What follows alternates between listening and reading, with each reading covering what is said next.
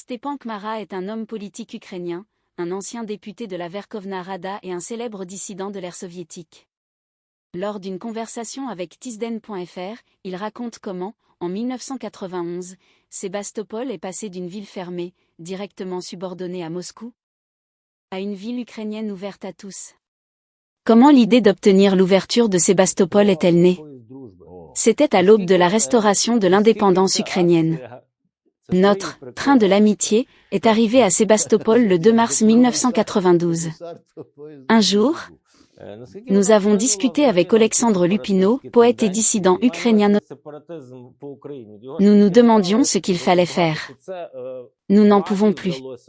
Sébastopol restait toujours une ville fermée, personne ne peut s'y rendre sans une convocation spéciale. Et ces convocations ont été délivrées uniquement par des organes subordonnés à la flotte russe de la mer Noire. Alors, nous avons décidé de faire une percée. Le nom de notre opération a été vite trouvé, le train de l'amitié. 300 personnes ont rejoint notre initiative.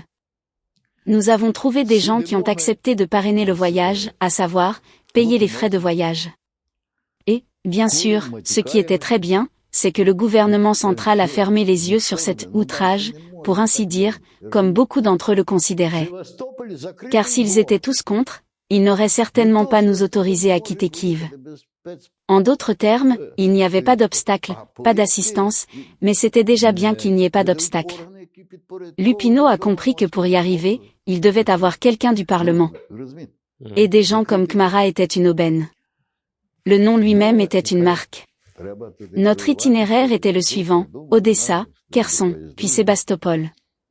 Nous approchions d'Odessa, le train s'est arrêté et nous n'avons pas été autorisés à continuer notre chemin. Dans quelque temps, la situation change et nous repartons.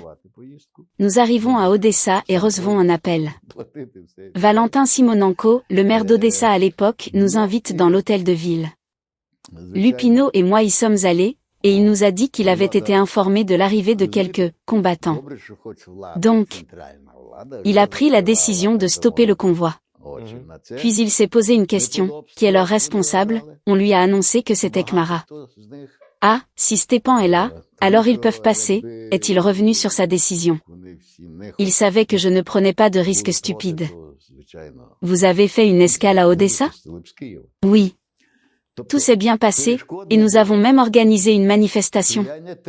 Lors du rassemblement du soir, un homme d'origine juive est venu nous voir. Un intellectuel, de toute évidence. Il a posé une question, dites-moi s'il vous plaît. N'y aura-t-il pas de pogrom contre des juifs? J'ai répondu, pas du tout, voyons, ce sont des jeunes gens cultivés. Au contraire, nous voulons que l'État soit fort, afin que personne n'ait le droit d'offenser qui que ce soit, il est reparti rassuré. Vous comprenez à quel point la propagande était anti-ukrainienne? Elle a toujours fonctionné et n'a jamais cessé de fonctionner. Avant et après la restauration de l'indépendance. Malheureusement, elle fonctionne encore aujourd'hui. Comment avez-vous été accueillis à Sébastopol? C'était plus compliqué. On a stoppé notre train à Verkhny-Sadovi. Que faire? Nous avons décidé de prendre des mesures extrêmes et de bloquer le trafic. Nous avons arrêté 2 trains et beaucoup de gens se sont déversés sur le quai. Nous parlons aux gens. Au début, je ne sais pas quelle sera la réaction. Je pense qu'il y aura peut-être des gens agressifs. Non, ils étaient tolérants. S'ils viennent, qu'ils viennent, pourquoi ne les laisse-t-il pas entrer? Il n'y a eu qu'une seule personne qui, comme on dit, a vu Lénine.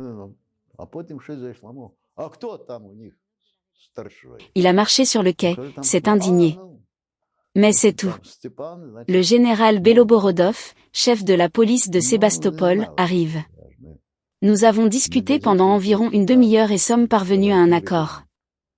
J'ai lui promis, je vous garantis, c'est la question de mon honneur personnel, nous aurons un ordre parfait, nous voyageons dans un but pacifique et éducatif. Nous sommes venus honorer la mémoire des marins ukrainiens là où ils ont été fusillés par les bolcheviks en 1918. Je lui ai conseillé de se faire plus de soucis par des partisans de Meskov. Nous savons que ce sont des bandits, et, en plus d'être ukrainophobes, ce sont aussi des imbéciles. Dites donc à la police de les séparer un peu des autres. Parce qu'ils ne feront que gêner tout le monde. Ils ont finalement accepté de nous laisser passer. Et en effet, la bande de Meshkov a été clôturée, car il y avait beaucoup de monde des deux côtés de la rue où nous sommes marchés. Il y avait des habitants de Sébastopol qui vous ont manifesté le soutien? De nombreux Ukrainiens sont originaires de Sébastopol. Où n'y a-t-il pas d'Ukrainiens? Même à Sébastopol, ils étaient nombreux. Ils nous ont accueillis avec joie. Le groupe de pro-russes faisait des gestes obscènes et criait des insultes, mais ils n'étaient pas nombreux. Et c'est ainsi que nous avons ouvert la ville fermée, restreinte au régime spécial. Parce qu'il n'était pas possible de continuer ainsi, avoir sur le territoire de l'Ukraine une région aussi importante que Sébastopol, où les laissez-passer sont délivrés par les services spéciaux de la Russie. Ce résultat a été obtenu en dépit des autorités officielles qui ne faisaient rien. Qui l'a fait? La société civile. Nous. Et pour conclure, si quelqu'un pense qu'après la guerre, les Ukrainiens continueront à subir des humiliations, cela n'arrivera pas, l'Ukraine est en train de franchir une nouvelle étape. Elle est véritablement en train de construire un État du peuple ukrainien. Et le peuple ukrainien, ce sont ceux qui s'identifient comme Ukrainiens. C'est-à-dire ceux qui acceptent l'ukrainité, la culture ukrainienne, indépendamment de leur origine, du sang qui coule en eux. Nous sommes tous Ukrainiens qui œuvrent pour l'Ukraine libre.